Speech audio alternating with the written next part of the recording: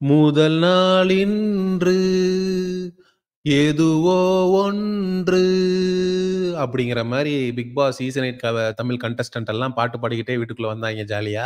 ஜாலியா வாடா இருக்கீங்க, உங்களுக்கு வைக்கிறேன்டா ஒரு ஆப்பு அப்படிங்கிற மாரி 24 மணி நேரத்தில் ஒரு எலிமினேஷன் அப்படின்னு சொல்லி ஒரு குண்ட தூக்கி போட்டாரு பிக் பாஸ். என்னையா சொல்றீங்க? இப்பதானடா வந்தோம் வீட்டுக்கு. ஈரம் கூட காயலையடா. அதுக்குள்ள என்னடா வந்து எலிமினேட் பண்ணி அனுப்புறீங்க? உங்களுடைய டிஆர்பி வெறிக்காக எங்கள்ல யாரோ ஒருத்தர பலி குடுக்குறோம்னு நீங்க முடிவு பண்ணிட்டீங்களடா அப்படிங்கிறது வந்து தான் ஒரு கண்டஸ்டன்ஸுக்கு மத்தியில ஒரு மிகப்பெரிய ஒரு பிரச்சனையா மாறிடுச்சு. எல்லாரும் வந்து யார் போவா யார் போவா யார் போவா அப்படிங்கிற நடுக்கத்திலே இருந்தாங்க. கடைசியில ஒரு அப்பாவி பொண்ணு, ஒரு சின்ன பொண்ணு, அந்த பொண்ணை வந்து அனுப்பி விட்டீங்களடா பாவீங்களா அப்படிங்கிற மாதிரி. எதுக்கு கூட்டிட்டு வரணும், எதுக்கு அனுப்பணும், இதுக்கு பருத்தி மூட்டை குடோன்லயே இருந்திருக்கலாமே.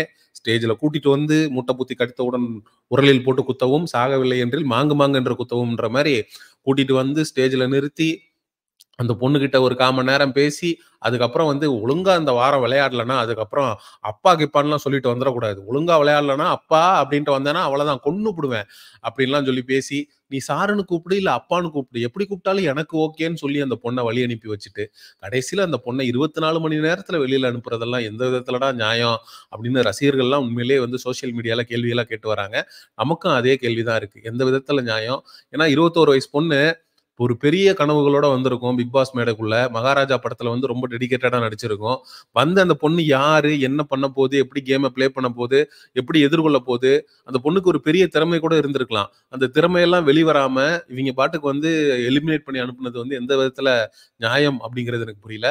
இதுல இன்னொரு ட்விஸ்டும் இருக்கு. இதுல நீங்க எதிர்பார்க்காத ஒன்றும் இருக்கு. என்னன்னா, ஒயில்ட் கார்டா இந்த பொண்ண அனுப்புறதுக்கு வாய்ப்பு இருக்கு. ஆனா ஏன் 24 மணி நேரத்துல அனுப்பணும் அப்படின்னு கேட்டீங்கன்னா, அப்பதான் வந்துச்சு அப்படியே அனுப்பிட்டோம் அப்படின்னா, மக்களுக்கு மத்தியில ஒரு சிம்பத்தி கிரியேட் ஆகும். ஒரு அனுதாபம். ஐயோ! அந்த பொண்ணு பாவம்ப்பா 24 மணி நேரத்துல அனுப்பிட்டாங்கப்பா. அப்படி சிம்பத்திங்கிறது வந்து ஓட்டா கன்வெர்ட் ஆகும் அப்படிங்கிறதுக்காக பிக் பாஸ் வந்து விளையாடக்கூடிய ஒரு கேமா, பிக் பாஸ் டீம்ல இருந்து அந்த பொண்ணுக்கு வந்து 100 நாள் கொண்டு வரணும். 100 நாள் கொண்டு வரணும்னா மக்களுடைய சப்போர்ட் வரணும். மக்களுடைய சப்போர்ட் வரணும்னா 24 மணி நேரத்துல தூக்குடா பாயாசத்தை போடுறா அப்படின்ற மாதிரி பாயாசத்தை போட்டு விட்டாங்க போல இருக்கு. சச்சனா நமிதாஸ் அவர்கள் வேற யாரும் கிடையாது. அவங்கள தான் வந்து எவிக் பண்ணி இருக்கிறதாக நமக்கு தகவல் வந்திருக்கு.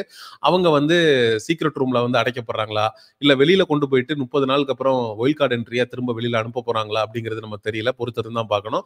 சச்சனா நமிதாஸுடைய ஷாக்கிங் எலிமினேஷனை பத்தி நீங்க என்ன நினைக்கிறீங்க அப்படிங்கிறத மறக்காம கமெண்ட் செக்ஷன்ல சொல்லுங்க. தேங்க்யூ. பபாய்.